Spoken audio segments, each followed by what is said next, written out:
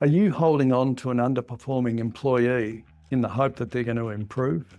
Do you dread difficult performance conversations and keep putting them off? Is your performance management process legally sound, or could it expose you to even more risk?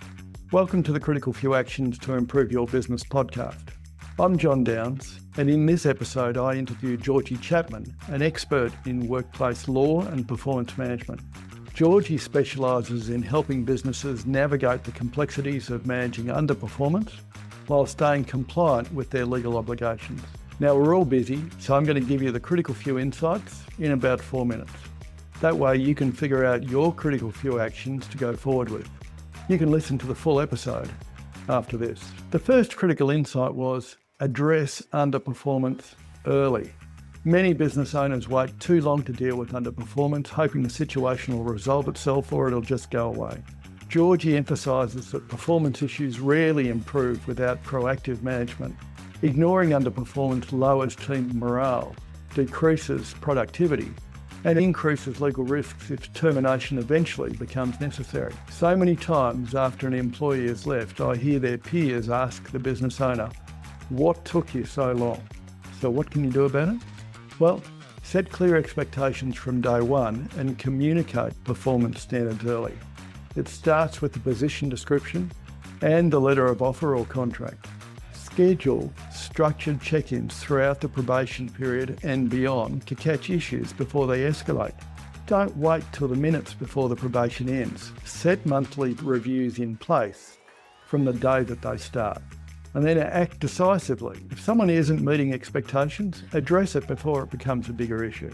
The second critical insight was be intentional and document everything. Performance management must be structured, documented, and legally sound. A verbal warning with no follow-up leaves businesses vulnerable if the situation worsens, because basically you said you accept it. Without proper documentation, businesses risk unfair dismissal claims and struggle to justify termination decisions. So what can you do? Well, document every performance discussion. Doesn't matter whether it's an informal check-in, formal meetings, or follow-up actions. Use clear language and avoid vague feedback like do better, and specify exact areas for improvement. Communicate potential consequences. Employees need to understand that continued underperformance could lead to termination. The third critical insight was that performance management is about growth, not just termination. A strong performance management process isn't just about removing poor performers. It's about helping employees succeed. If performance management is only used as a disciplinary tool, employees become defensive and engagement drops. How can you do that? Well, provide structured support such as training, mentorship, or role adjustments. Recognise improvement, acknowledge and reward positive change to build motivation and reinforce good behaviours. Use performance management as a retention tool, not just as an exit tool. I still remember one of my staff in Chicago who was going off the rails in his first 2 weeks. We had a very clear and deliberate performance discussion, set very clear objectives, and he blew me away with his performance. I am so proud of him, and he is now the CFO of a global tech firm.